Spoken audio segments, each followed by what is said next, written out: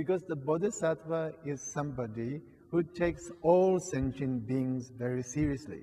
And from Buddhist point of view, when we say all sentient beings, we're not talking about people of all colors, all creeds, and things like that, but we're also talking about insects and whatnot.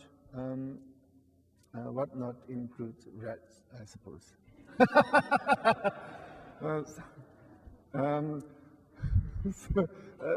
Something like that. But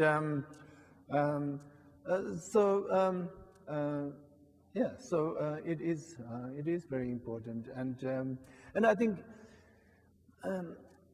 his kind of philosophy is very interesting and needed, because it is not really discussed that way very often, I believe, at least in the mainstream kind of philosophical or sociological, psychological discussions, and I think it's very important.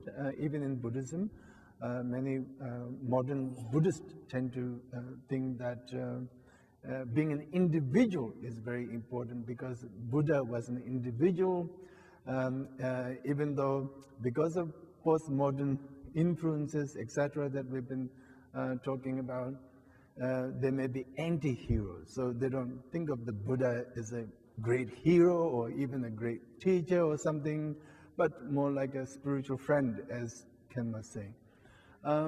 Like a peer, a good one, but still a peer, no big deal. But this kind of thing, and so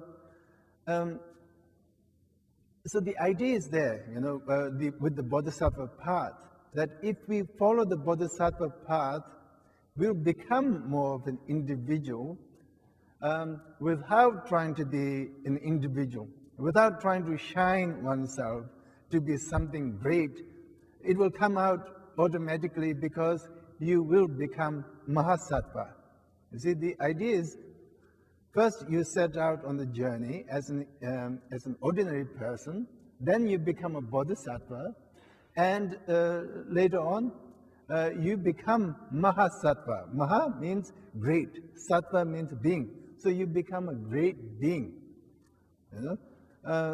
one that everybody will be able to, sort of relate to and admire and revere and so forth. And Buddhism takes that sort of idea very seriously. Now, the crunch is, Mahasattva is recognized by others to be great, not by himself or herself. So that's the sticky point, But sort of that's the downer, I suppose. You want to be a Mahasattva, but then only if others think you are Mahasattva and not you yourself believing it.